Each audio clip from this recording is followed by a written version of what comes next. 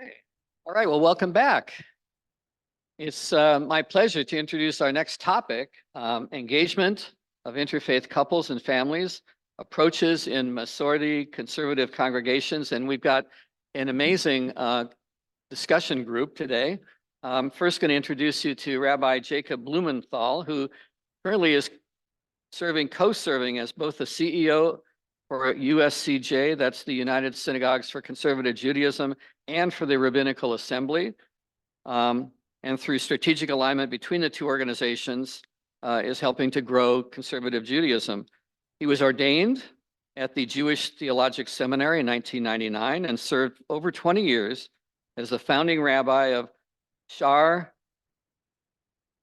Torah congregation in Gaithersburg, Maryland. He has a history of helping to create innovative organizations in the DC area, including the Den Collective, engaging young adults, Ramah DC Day Camp, and the Montgomery County Executive Faith Advisory Council. He still lives in Gaithersburg and spends his free time biking, reading, and searching out the latest innovations in prayer experiences and Jewish music. And Rabbi Nolan Lebovitz, our own senior rabbi at VBS since July of 2022. He was raised in the suburbs of Chicago, so we got Baltimore and Chicago here. Came to LA to attend USC Film School and spent 10 years as a filmmaker before enrolling in the Ziegler Rabbinical School. And for 7 years, he served with distinction as the rabbi of Adat Shalom in West LA. And we're lucky now to have him as our senior rabbi here. He's also the national board member of Merkaz and served as a member of the Masorti Rabbinic Cabinet and a delegate to the World Zionist Conference in Jerusalem. So just to set this up a little bit, USCJ, according to their website, is committed to helping 21st century synagogues engage in 21st century families. Well, one of the major trends in Judaism right now is intermarriage. Depending on who you read, 50, 60, 70% of non-Orthodox Jews are marrying interfaith. And this affects us as parents, grandparents, great-grandparents. So we look forward to this conversation of how the leaders in conservative Judaism are helping conservative synagogues and how conservative synagogues are dealing with this to engage interfaith families in Judaism. So thank you both for joining us. I've got a mic for each of you. Thank you so much, Joel. It's always such an incredible pleasure to spend the morning with Hazak, and even more so on a morning where we get to welcome Rabbi Jacob Blumenthal from New York, as well as Andy Scher, the president of USCJ, here to Los Angeles as well. Andy explained to me that every time he's in Los Angeles, it's raining. And so now we know who to blame for the terrible weather today. So Andy, it was great seeing you, and may it be a long time, maybe, because I'll see you in New York the next time. All right. This conversation today is it's about a very this conversation today is about a really pertinent topic. It's a reality that faces American Judaism. And also, I think the beauty of this conversation is an acknowledgement that the conservative movement's intent from the website, through our training in rabbinical schools, through our relationships around the country, is meant to be a wide tent that includes many different perspectives. So there are other movements who have leaders in those movements who are czars that set policy, let's just say, who represent the movement in that way. This is much more of a, I want to say, a confederation when you feel like the conservative rabbis get together. It's much more in conversation, and we determine policy together in relationship with so many different aspects of the movement.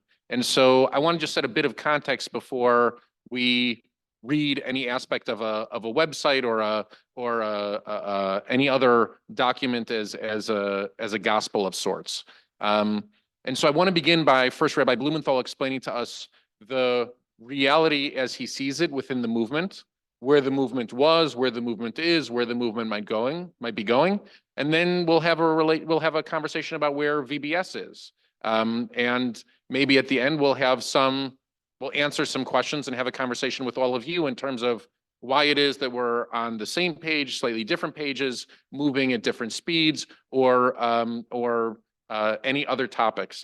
Last week I was in the middle of a Torah conversation and we all started talking about circumcision. So it's one of the most lovable parts of this group is the unpredictable nature of the question and answer. So without further ado, Rabbi Blumenthal. Thank you very much, Rabbi. I'm going to take one step to my left. Thank you very much. And thank you to Joel, and thank you to this group for inviting me to be here. And I also want to welcome Andy Scher, who's a wonderful travel companion and an outstanding leader in our movement, really helping us think through some of the really challenging and also interesting pieces of what it means to create a movement, to create a centrist and welcoming space within the Jewish people and within the Jewish world. I'll just begin by saying that bigger tent, that conversation that you're referring to, Rabbi, is actually one of the things that's most interesting and important to me. How many spaces do we have in the world where people who disagree can come together and have a civil conversation in 2024? Unfortunately, it's a very rare thing. We had a convening at the beginning of December in Baltimore, Maryland.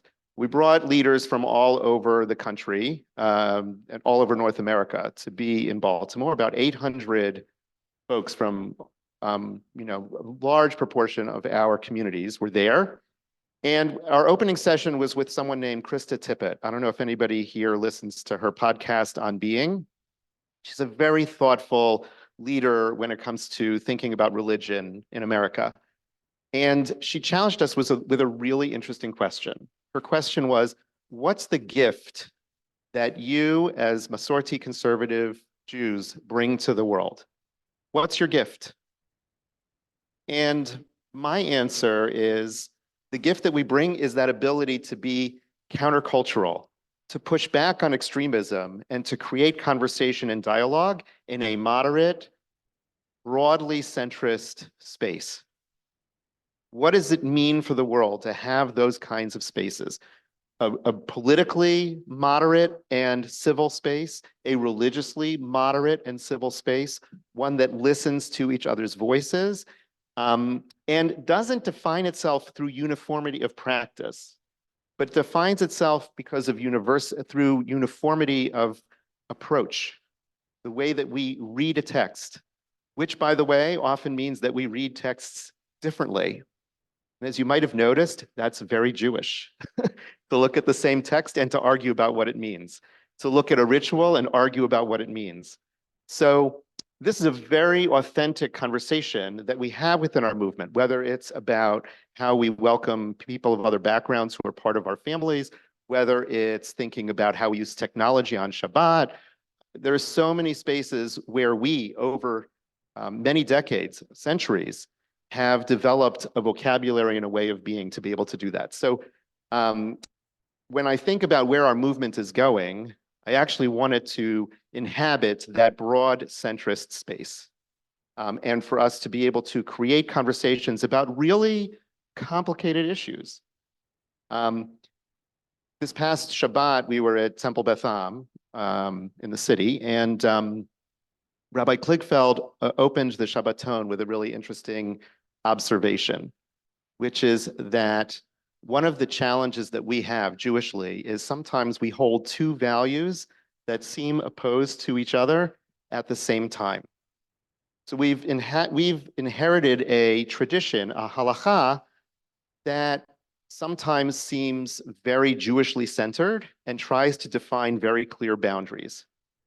And we're also holding values around inclusion and welcoming and embracing that reflect the realities of our communities, where we have lots of people of other backgrounds who are part of our families.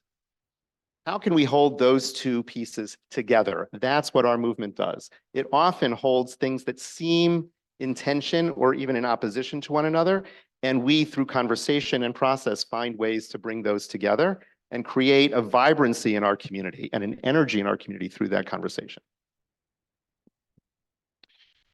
So when we talk about two different ideas that are held at the same time, right? I begin to think about different texts within the tradition, right? So we here within our own Tanakh, within our own Hebrew Bible, have multiple perspectives on the topic of inclusivity and intermarriage.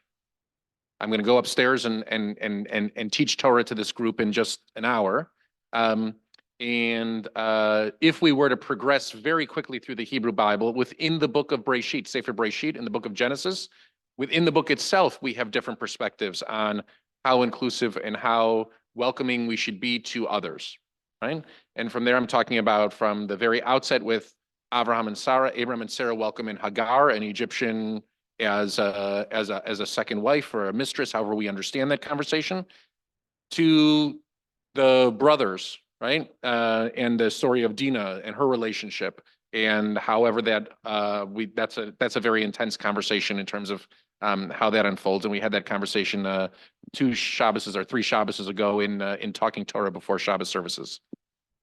Within one book, we have different perspectives. If we take that and we extrapolate it out to the book of Deuteronomy, to the book of Joshua, to the book of Samuel, to the book of Ezra, we would have many different perspectives on welcoming, inclusivity, intermarriage, and the sorts. In spite of it all, Abraham kept an open tent. Right? We all know that story. Abraham kept an open tent to the 3 visitors that came along. And in our holiest of moments, and I would argue one of the holiest moments anyone has in their life of stepping into the chuppah, right? That chuppah is supposed to represent a degree of openness to everything that life has in store for that couple. Everybody following along here? The chuppah is open on all sides, and we're told, according to the tradition, that that is to remember Abraham's tent that was open to everyone. In so many ways, when I showed up here to VBS, I was so proud of that kind of welcoming tradition, right? That kind of radical, progressive welcoming that was espoused by Rabbi Schulweis and Rabbi Feinstein, and I so proudly picked that up immediately. So much so that, right, as I look around the room, I know exactly who comes to Shabbat morning services and who not, right? So the few of you who are here on a regular basis on Shabbat morning would recognize that in any given morning, we have, I don't know, a half dozen to a dozen, right, non-Jewish people who come to sample services, learn at services, because either they're prospective students to the Intro to Judaism class, they're currently in the Introduction to Judaism class, or they are a partner of somebody who has a home here at VBS, and they very much also want to be part of the community. The Introduction to Judaism class downstairs in the Innovation Lab on Tuesday nights has been an extraordinary success since we established it last year. Right? So VBS had participated up until last year in the American Jewish University's Intro to Judaism program. Last year, we took this step, right, based on insight in terms of what was about to happen at American Jewish University. We decided to establish our own cohort here at Valley Beth Shalom, so that once a week, non-Jewish partners in the community and non-Jews who want to convert to Judaism or who are curious about Judaism, and adult Jews who would like to actually go to a religious school of sorts in earnest, right? Attend this class downstairs. Last year, we had 22 graduates of the class. Rabbi Feinstein and I oversaw the conversion of more than a dozen of them. We converted more than 20 people last year to the Jewish tradition. And in spite of that, or I should say in addition to that, we have so many others that join our Shabbat services, meaning to say, on any given Shabbat, what this room looks like is extraordinarily welcoming and inclusive. That's the reality right now on the ground in terms of what this community looks like. And there's always been a tension between how welcoming we are and the halakha, the Jewish law in which we practice. And I think that is, if we're going to begin to boil down my opening comments and Rabbi Blumenthal's opening comments into a boilerplate, it's in the beauty of that tension of living here in the diaspora in which we've always lived. And all you have to do is read an amazingly presented book called The Pity of It All to pick up on the idea that this is a recurring trope in Jewish diaspora, right? Judaism in Germany before the Shoah, intermarriage was up to 70% in Berlin in the 1930s. So when we feel comfortable in a society and the society feels comfortable with us, this is one of the results of that situation, right? Those relationships that we build with our neighbors, the beauty of living in the United States of America and building relationships with people who don't view us as different anymore because we have fought to a place where people don't view us as different. Now we both face the repercussions of the tearing down of those barriers. And part of that is this issue that has now reared its head for our community in this way, statistically, right, in such a way that we haven't faced in probably since Europe in those times. And so that's why we're having this conversation, and that's why institutions are beginning to face policy decisions which are different than personal decisions, right? Personal relational Judaism is different than policy decisions. And we should know because we're the home to relational Judaism because this is the community of Ron Wolfson, right? So as a professor of mine, as a teacher of mine, and now, thank God, as a neighbor of mine, Dr. Ron Wolfson has educated this community more than any other community in this country about what it means to be in relationship with each and every person who walks through our door. And so we begin to move this conversation away from what is the tenor and the principle of welcoming into kind of a policy conversation about the different multifaceted approach that exists throughout the movement, throughout USCJ. And I would say largely here in this country is where we're focusing the conversation, because when we're on Zoom calls across the world, we realize that and we recognize that the conservative movement in Israel, the conservative movement in South America, the conservative movement in Europe might be on a totally different page when it comes to these kinds of issues. And we find ourselves uniquely American during these talks. Beautifully put. And first of all, whenever I come, as I am able to travel and come to different communities, one of the things that inspires me is to hear the successes and the things that our communities, our congregations are most proud of. So the fact that you have this vibrant space for people of other backgrounds, their Jewish partners, to come to learn about Judaism, to choose to become Jewish if that's the journey that they decide upon, to hear that that's happening with dozens of people every year is really exciting, right? It is certainly a part of what we want. We want to grow the Jewish people. We want to grow Jewish families. We want them to feel that that they're doing that in a way that feels whole and organic and welcome. And so the fact that you've created space for that within the community is really exciting. And I know there are other ways in which people of other backgrounds are also welcomed in the community as they experience life cycle events and roles that they play on the Bima. I mean, there's a lot that's happening here that reflects that brings both sets of values together, a set of values of welcoming and spaces where thinking carefully about what halakha and appropriate roles are within our traditional systems and being able to think about where is that space. And I think that writ large, that's what many of our communities do. Another important piece to think about when it comes to our movement as a whole. The way we understand Jewish tradition is that it's an evolving tradition. Our halakha, our tradition, evolves to meet the needs of different moments in time in different places around the world. I'll give you just one interesting example, right? Jacob Katz, who is a historian of the previous century, of the 20th century, did a study.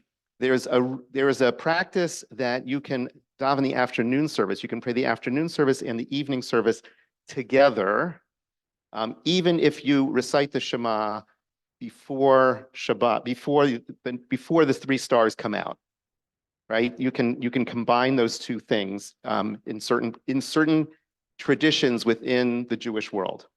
And he did a study to see whether there was a difference between communities in Europe that have a longer day and where nighttime falls much later versus in other parts of the world that were farther south where the evening service could be prayed earlier according to the tradition of having 3 stars and it being dark. And he found that authorities changed their answer based on where they were located north to south in the world. And it's a great example of how our halakha, our traditions, change based on local conditions. Now that happens to be just based on geography, but also we have an Ashkenazi tradition in Europe that is a response to the fact that they were living in predominantly with Christian neighbors versus what things look like and what traditions look like and what melodies look like for Sephardi Jews and for Mizrahi Jews based on the fact that they were mostly in Muslim countries or Muslim lands and adopted certain assumptions, theological assumptions, ritual assumptions, musical traditions based on that. So we understand when we look at the big picture of Jewish tradition that Judaism is going to evolve and Jewish practice is going to evolve based on the cultural conditions in which different communities live. So I don't think that our conservative movement and our practice is going to look the same in Jerusalem and in Tel Aviv or in Buenos Aires or in Los Angeles or on Long Island in New York or in Florida. Our communities are going to look different. They're going to decide on different needs and they're going to evolve a halakha and a set of choices around halakha that look different because their communities look different. Their climates are different, the culture is different, the needs of the community are going to be different. And one of the things that I hold as a goal in terms of my own leadership and the leadership of the Rabbinical Assembly in USCJ is, can we be in a space of curiosity and not judgment when we look at those needs? In other words, when I, as a rabbi, I live actually outside Washington, D.C., when I see choices that look different than my own communities, can I say, I wonder what's happening in those communities that's pushing their Judaism towards a particular set of decisions? I may still decide I don't agree, but my first question shouldn't be one of judgment. I can't believe they're doing that, or how could they make that choice, but rather like to ask that rabbi or to ask those synagogue leaders, what's happening in your community?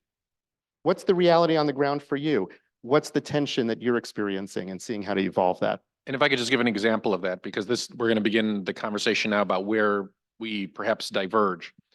In my previous pulpit, if I'm just allowed to talk about it for just a moment, in my previous pulpit, I was the rabbi at Adat Shalom when the movement had a vote whether to allow non-Jewish people as members in synagogue policy. This happened in 2000. It was probably about 8 years ago. 8 years ago. Okay, so this was close to the beginning-ish of my tenure there. I met with the board of directors and we determined very quickly that it wasn't going to become the policy of that synagogue, Adat Shalom. But the question was, in speaking to colleagues, should I cast a vote in favor to allow for synagogues for whom they wanted that policy to still remain in the movement? Does everybody understand the difference in the vote? Right? So at Adat Shalom, what we did is we cast a yes vote.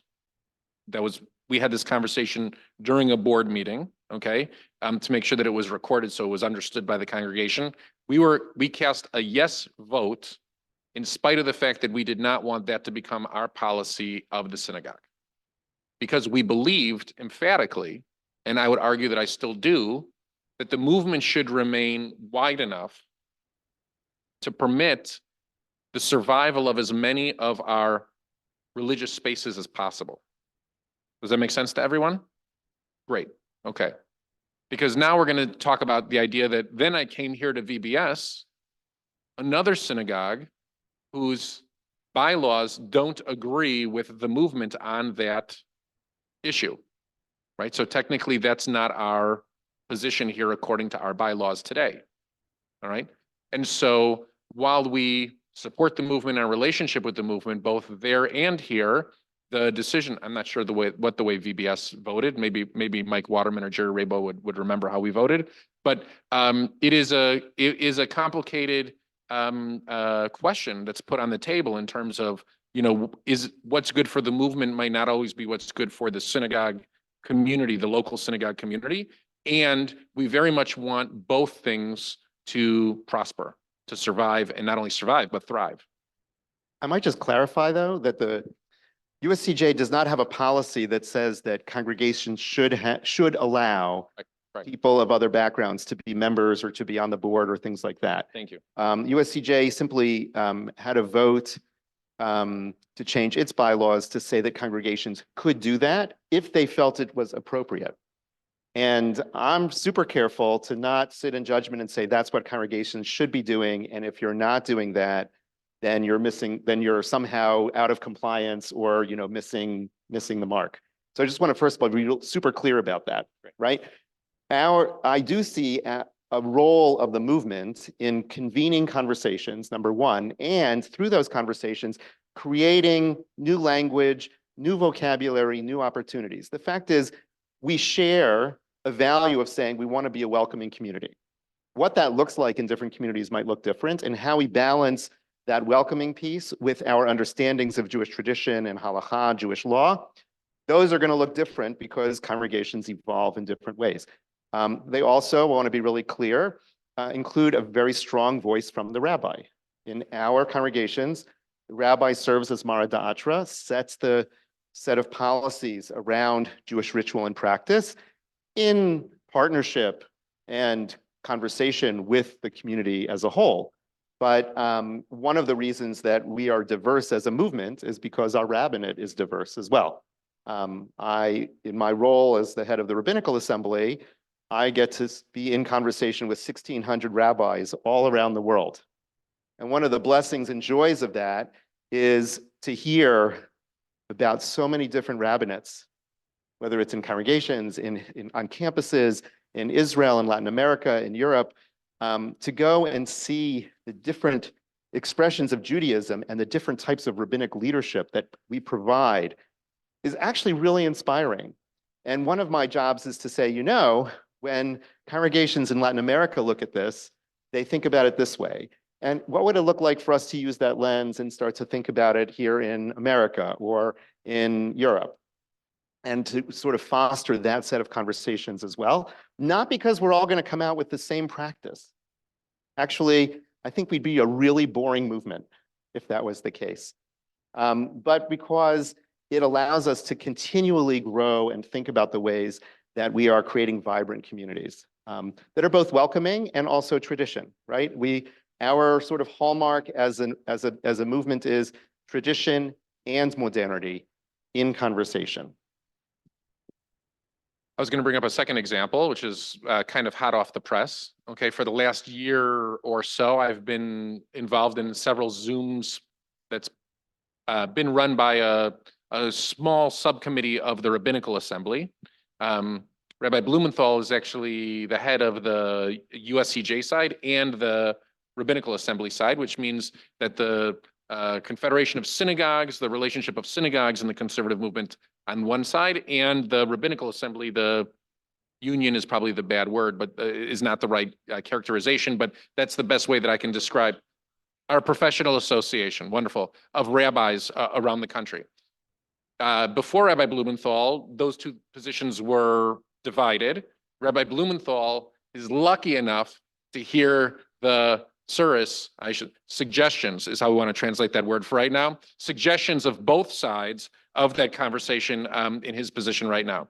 So a subcommittee of rabbis within the Rabbinical Assembly began a process, let's say, of self-reflection on the topic of interfaith weddings. Began a process of self-reflection that involved interviews of colleagues all around the country, actually all around the world, and a process of the weighting of different values as we move forward. And I attended I think the presentation was in the fall, in the before time, as I remember it, before October 7th, in the before. The summation of that process is going to be published on Thursday. And the summation is that while there was a lot of good research done and rabbis sit all along the spectrum, the Rabbinical Assembly has decided to uphold its position for the time being and not officiate at interfaith weddings to continue our policy moving forward. This was not necessarily what many people involved in the process assumed was going to be the outcome, right? Nor would they have, as Rabbi Blumenthal explained before, nor would they have mandated people to officiate at interfaith weddings. It was merely a question, should rabbis themselves be allowed to decide for themselves on a wedding by wedding basis what it is that they'd like to be involved in. And as it turns out, after this long self-reflective process, we've decided to uphold that position. So we have two different tracks that we talked about. There's two different examples here, right? In terms of how we are inclusive and how we respect and engage in Jewish law, in halakha. And I just wanted to bring up both examples because both were very thoughtful processes that unfolded, okay? And both try to support the same goal, which is that this movement be as open and as accessible as possible, and that each synagogue be as open and as accessible as the community prefers it. So first of all, it is a very important report that's going to come out. But besides saying that our standard of rabbinic practice, which is that our member Rabbinical Assembly rabbis don't officiate at a ceremony where one person is Jewish and one is of another background, it does talk a lot about other ways that we might affirm that culture of welcoming. So for example, there are a set of questions that as a movement, we should be asking. Do we wish a mazel tov to couples and to the families, to the Jewish families of a couple that's getting married where one person's of another background? Do we offer public mazel tov about that? Do we include people who might be married to somebody of another background as an executive director of a congregation, as an educator, in other professional roles? Right now, the answers that we have to those questions are that we don't, actually. Many of our rabbis, as Mara Da'atra, can institute other practices in their communities, but when we look at the halakha that we have produced right now, it doesn't reflect some of those goals, and we have questions about whether our halakha could evolve in ways that would reflect some of that welcoming. The second piece is what we found is that rabbis, my colleagues, aren't even having the conversation with couples where one person is of another background. We're not even having a conversation with those intermarrying couples. What often happens, and I was a pulpit rabbi for 20 years, is that a couple will talk to my assistant, let's say, to the assistant in the office, and say, well, I'm marrying somebody who's not Jewish, and so will the rabbi do my wedding ceremony? Okay, so my assistant would say, like, well, no, he doesn't do those ceremonies, right? Do I get to speak with the couple? I never have that. I never have the opportunity even to build that relationship. So what would happen if instead the assistant at the congregation said, you know what, that's a great question to talk about with the rabbi. Let me make an appointment so you guys can get to know him. And then I have to learn a set of skills that, quite frankly, I did not learn in rabbinical school to say, tell me more about you. What kind of home do you want to build? What does a Jewish home look like? What's your religious background to the person who's of another background? What role do you see that religious background playing, or do you not have a religious background? Would you think about an introduction to Judaism class together with other couples? Would you think about becoming part of the Jewish community either now or at some point in your life? Like honeymoon in Israel. There's a lot of different programs that are available. How could we engage that family, even if I'm not doing the wedding? Right? Now, it's not only easy because, as some of you may remember from your own days, of engagement, usually when a couple comes into my office, their first questions have to do with what time's the ceremony and how long is it going to be, and they want to know all about the ceremony. So to have to sort of take a step back and say, folks, let's first talk about our relationship, and then I'll help you figure out what's best for you. The other piece that we learned from that was that a lot of times we're taking responsibility off the couple and absorbing it in a way that's not actually the way it should be. In other words, the policy becomes an excuse for the couple to say, I don't really want to have anything to do with Judaism. Instead of saying to the couple, you have a bunch of conversations that you need to have. And this isn't about me and whether I'm going to perform your wedding. This is about who you are. And can I help you with those conversations? And we're not getting that opportunity to build that relationship. So we have to think about that. The third thing that we learned is that for a lot of our colleagues, not officiating in an intermarriage is part of their identity as a conservative rabbi. And on the one hand, okay, right? We all have things that we identify as. On the other hand, I'd really rather that my identity as a conservative rabbi be about seeking that balance between tradition and modernity, that it be about how I observe Shabbat, how we observe kashrut in my community, the amount of Hebrew that I use in our prayer service, the thickness of Jewish experience in my community, the education that we provide to our young people, the Zionism that we teach in our schools and the support of Israel, that those should be a lot of the defining characteristics rather than boiling down to whether I perform an intermarriage or not. So there's a lot of work that we can do to build that culture of welcoming that has nothing to do with whether we officiate an intermarriage or not. And those questions are not binary, yes or no. They are along a spectrum of that balance between tradition and modernity that we really need to work on. And just to use as an example, I mean, everyone here knows that if anybody calls me any hour of the day, I will beeline over to meet them at Starbucks, no matter what, right? To have the conversation. The conversation is what I want. That's the reason why I chose this profession, to be in relationship with people. I was going to use as an example, she's not sitting here right now, but she's often very involved in Hazak programming. Her granddaughter came to me and said, I have fallen in love with somebody who's not Jewish. What should we do? And what was my response? You should come to my office. Because that's simply the right thing to do, right? Is to be a mensch, no matter what. And so we don't need a policy that the rabbis at VBS should be a mensch. That sounds absurd, okay? The answer is come to my office. We'll have a conversation. Thank God, his question to me was, I fell in love with all of her. Judaism is part of her. I'm curious what it would take to become Jewish. I'm just curious. And we had a conversation about curiosity, what it would take. And he said, I have a very demanding career. I doubt I'd make it to 18 classes of an Intro to Judaism class, okay? So I said, how about this? I'll make you the deal. I'll make you this deal. Whatever classes you don't attend, we will make up, you and me together. Okay? That's exactly how the year unfolded for him. It's exactly how. So sometimes he'd miss classes and we would sit together in my office and do 3 or 4 classes in an hour together, where I would teach him the information about holidays and Shabbos.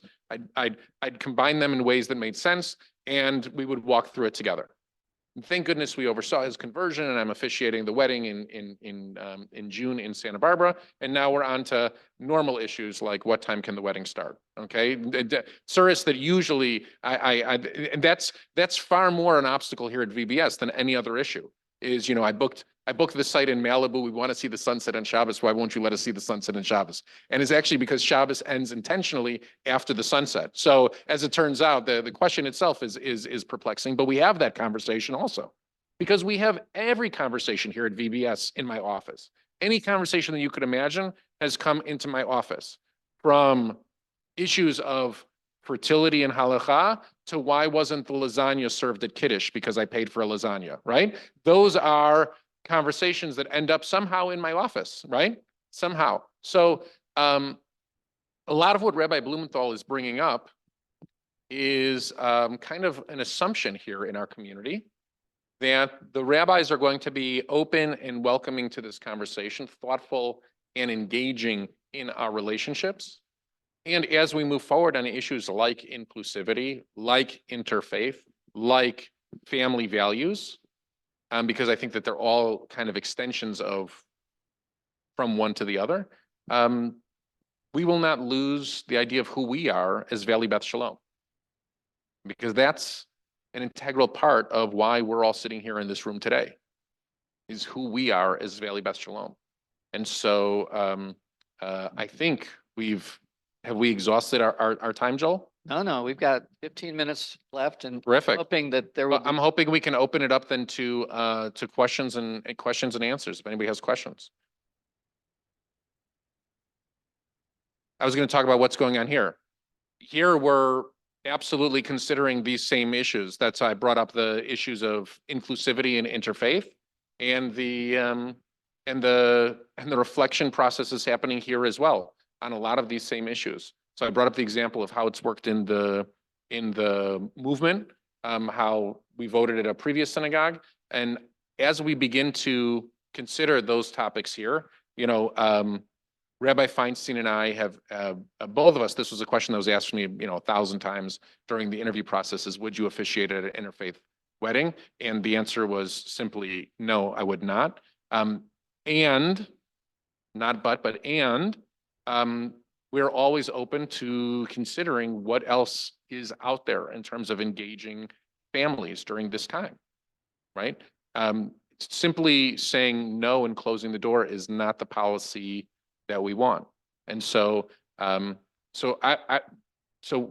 what is the takeaway that I'd like for you to walk out of here in terms of reflecting on inclusivity? What is said on a website is not what defines a community. Come to services. Joel, how many people did we have on Friday night services in this room? couple hundred. Yeah, so the room holds 300. We didn't have 300 because we had way more than 300. We had people fill the balcony as well. Yeah, we had the balcony full too. Right. So we had more people than this room could hold, okay, for Friday night services. Come take a look at who's sitting here. All right, introduce yourself to people, because I introduce myself to everyone and ask them what brought them to this community. How did you find out about us? I think if we spent more time coming to see the way that the community celebrates Yiddishkeit, we would intuitively have the answers to some of these very complex questions, not based on statements on the website, but based on reality on the ground. We have a comment or question? At the risk of having my membership revoked, Paul, I think we're completely on the wrong track. My background is in healthcare, and we know the best way to stay healthy is prevention. And my belief is what we have is a statistical problem here. We are a dying group. We have 15 million of us, 1.9 billion Muslims, and 1.2 billion Christians. We are a dying group. In my opinion, this is the wrong place to be having, this is the wrong conversation. The conversation is, you don't marry somebody who's not Jewish if you don't date people that are non-Jewish. Now, we have 2 children, a daughter and a son. I have to say, they're remarkable people. Our daughter was confirmed. She was also bat mitzvahed, of course, and our son was a bar mitzvahed. He went to Harvard Boys School, which is it's a very difficult school. And he wanted to be confirmed. And we said, no, we want you to play soccer, because he was with very competitive people, came from very rich families. We were on this side of the hill. The rest of them were living in Beverly Hills and whatnot. And we said, no, we want you to play soccer, because we wanted him to have that experience. We marry the people that we meet. We marry the people that we meet.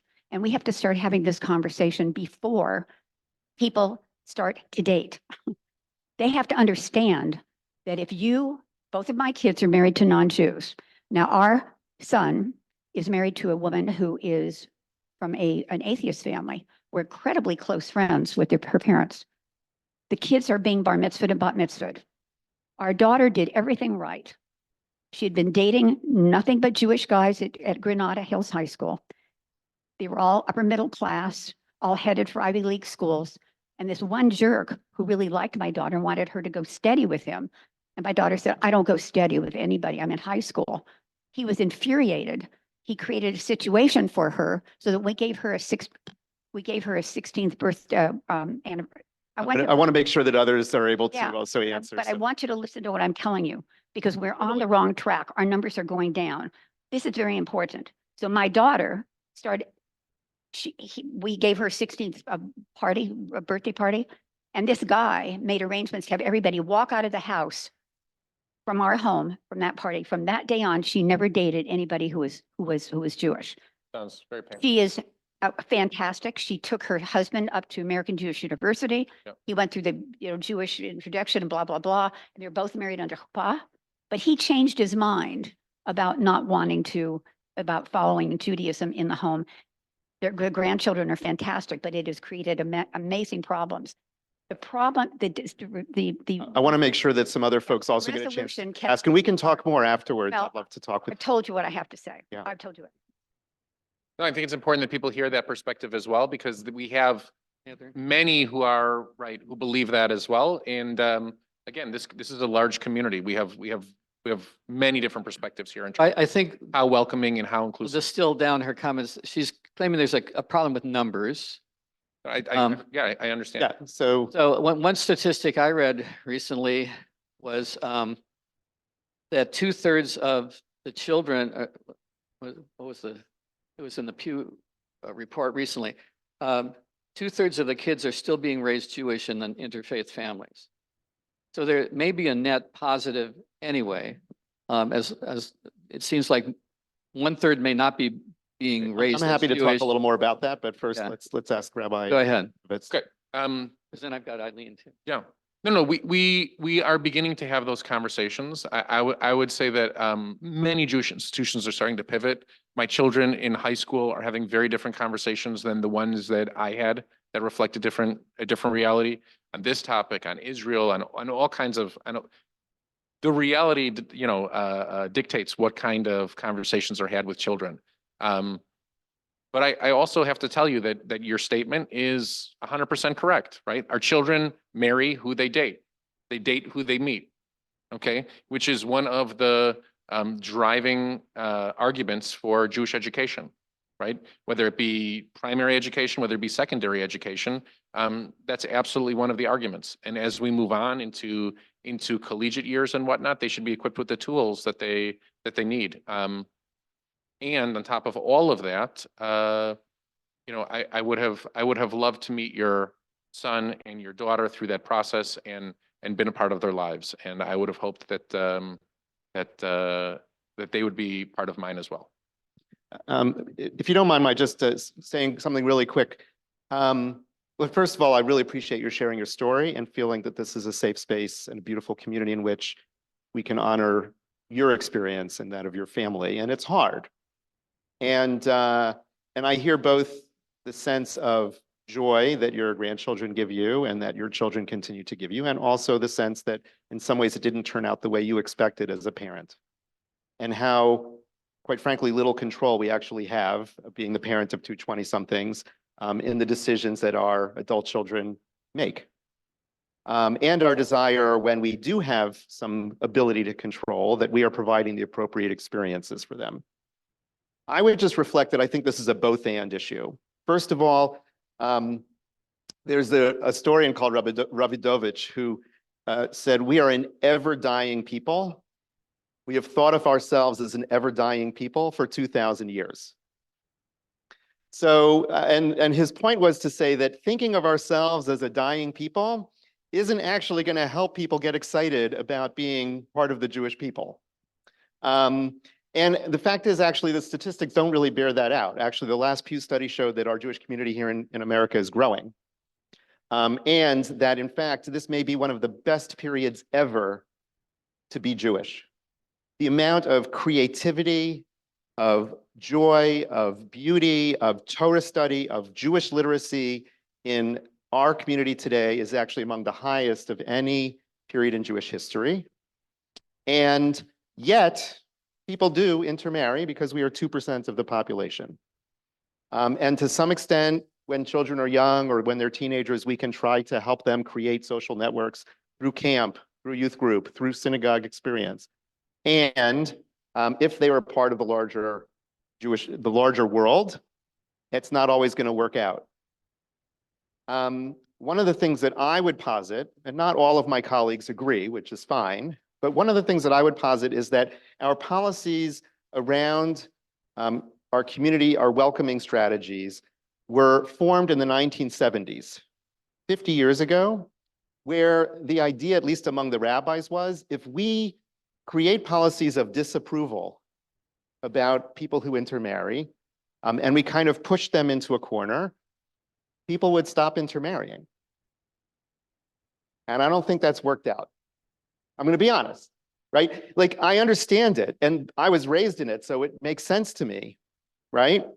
But at the same time, you know, the next generation doesn't always, you know, you disapprove of me, fine, but I'm going to do it anyway. So I think we have to look at a different strategy as a movement, which is not one that says we're going to put you in a corner, but if you would like to be a part of our community, we will welcome you. Sometimes on our own terms, because we also need to be Valley Beth Shalom. We do need to honor Jewish tradition. We do have, tradition has a voice, and so sometimes there are things that people of other backgrounds, there are roles they don't play. But at other times, we can welcome you, and we can welcome you as a family. We can help you raise Jewish children and grandchildren. We can invite you to be a part of a very rich community, and we have strategies for that. And that can be from before somebody gets married. It can be after somebody gets married. It can be in the conversations around the time when they are marrying, even if I'm not officiating at their wedding. There are a lot of strategies that we can do both privately and through our policies and public posture as a movement and as communities. And it's a really hard decision, right? But I don't think that it's a binary. It's a both and. We can encourage Jewish education. We can encourage Jewish experience for our young people. We can create moments of connection. And when our children shockingly do things that we don't expect, and yet we still love them, care about them, and want them to be a part of the Jewish community, we can also welcome them and find ways to really include them. Hi, first of all, thanks for I guess, beginning of a very deep subject. Okay, at least we're talking about this stuff. I have 1,000 questions, all right? Even more as a result of some of the things that I've heard here this morning, but I'm going to counter with my own story, if I may, okay? My wife had the experience of falling in love with marrying a non-Jew, all right? Nobody bothered to ask that non-Jew when he became a member of this shul for several years. But, you know, the reason my wife and the man that she married, which happens to be me, okay, have two wonderfully Jewish children who happen to be a lot more Jewish than any of their cousins, okay, is because I was welcomed into this community by Rabbi Schulweis and then by Feinstein, okay, and nobody ever pushed me away. Nobody ever had the opportunity to tell me to go away. You have to go to this school, okay? They welcomed me, asked me to be part of the community, and said, please join us and learn about us, okay? Learn about us, let us learn about you, and eventually became part of the same family, all right? I would just suggest that that old way that you pointed out that was made part of our tradition back in the 70s, clearly it hasn't worked, all right? And as I understand it, there are studies coming out of your organization that suggest when a Jew marries a non-Jew, that Jew ends up being more serious about their Judaism and actually increases the likelihood of having Jewish children. I wonder if you can comment on that, please.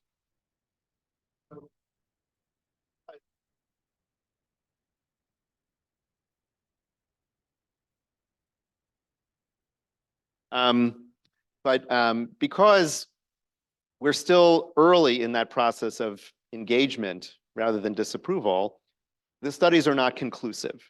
But first of all, I'm inspired by your story, and I appreciate your sharing it. I'm always inspired by the history of rabbinic leadership here at VBS. You know, you have a great track record, including your current rabbi, of tremendous rabbinic leadership. that really sets a tone, quite frankly, for our movement in general, and for which I'm very grateful. And I think it's your story is inspiring, and it really is a counter narrative that I think reflects a piece of the next, the next step, the next approach that we need to take, which is what does it look like to invite people in and help them on wherever that journey takes them. I'm grateful to you for raising Jewish children, grateful to you for being a part of this community and for all that you do to contribute towards it. And I will just say my own experience in the pulpit was that we had tremendous people of other backgrounds who were part of my community, raising Jewish children, schlepping them to Hebrew school, speaking beautifully on the bima to their children about how powerful it was for them to see them take on Jewish tradition, even as they chose not to formally be a part of the Jewish people, right? And I use the word formally for a reason, because we have many people of other backgrounds who are part of the Jewish people, even if they are not, according to halakha, formally Jewish. I'll just say that I think there's a distinction between a person's identity, right? And in modern America, we hold many identities, one of which can be, I'm married to somebody who's Jewish, and therefore I feel a part of the Jewish people. I affirm that.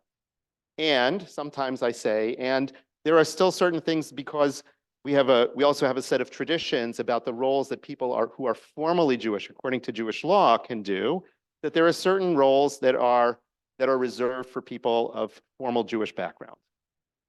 And that distinction can be okay. I'm not telling you who you are, right? I'm not telling you whether you're Jewish or not. Like, that's something, we have a lot of people who are born Jewish who, aren't affirming their Jewishness. And it brings me joy when I see people of other backgrounds who say, yeah, I'm part of the Jewish people. I love the state of Israel. I love what my kids are learning in religious school or in day school. I love Shabbat in my home. I love coming to services on Shabbat or on holidays. I love the conversations I hear my kids having in the car on the way back from religious school. Like, that is very powerful to me. And it's actually one of the blessings of being a Jew in modern America. So I really thank you for sharing the story. And I do believe that if we looked closely, we would see that happening, over and over again in our community. Certainly my experience.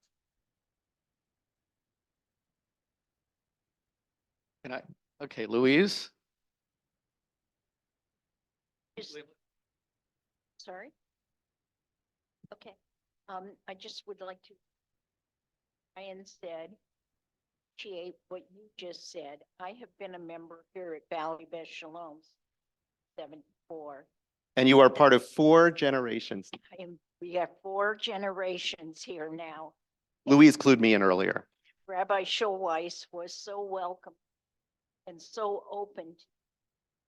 I think that Rabbi Lee take a page out of his book and is also welcoming. He has just converted a future grandson-in-law of mine. And so it is the kind of community that welcomes all. And I would just like you to be aware of that, because Valley Beth Shalom is really a wonderful place. And many things have changed in 50 years. Okay, many things have changed. One of those things that have changed is a couple months ago, I met with a couple who met each other in college and wanted to come be part of this community. To meet anybody who graduates college and wants to come back to the Jewish community before they're married is a miracle in and of itself, greater than the parting of the sea, and we should celebrate that. And so she was explaining to me that she had met this young man who was sitting at my table upstairs at college, and would like to bring him to the community, right? And so I said to him, why did you think to meet with me before coming to Shabbos services? And he said, because at college, the Chabad rabbi asked me to meet with him before I came to Shabbos services. So the world of the 70s doesn't exist anymore. We're not on college campuses. And the kids who come out of college today all have experiences with a Hillel and a Chabad rabbi that's drastically different than the college campus that you encountered. The anti-Semitism, the wave of anti-Semitism that they face is drastically different than the wave that you encounter. So the openness and the challenge that they face in this moment, the allies and the voices that they find to be teachers who teach them and inform them what they think Jewish identity should be like, is very different in this moment. And so, you know, when I, on Thanksgiving weekend, invite all of the college students to have lunch with me, and you know, 11 or 12 show up to talk to me about their college experience, we have to understand that Chabad and Hillel directors are shaping the way that they come out in a very different way, right? So it cuts both ways in the idea that they come and say, well, the Chabad rabbi never asked for fees for dues and stuff like that. It also is baked into the cake for them that there be some level of expectation of Jewish identity, that there be some level of meeting and relationship with the rabbi before they just show up to services, because that was what was asked of them in college as well. And I'm talking about whether we talk about Berkeley or whether we talk about UC Santa Barbara, whether we talk about Harvard or Penn, you know, the table Thanksgiving lunch was, you know, a fairly dynamic one from campuses all over. So a lot has changed from the 70s, right? And the voices that raise them once they leave this campus and the voices that inform them are very, very different than the voices that were heard in the 70s as well. Well, thank you very, very much. Join me in thanking Rabbis Blumenthal and Lebovitz for a great discussion. Thank you very much. Thank you very much for including me and And for the warm Andy. welcome. And thank you to Andy for being here as well. Okay. So with that, let me just remind you, we now break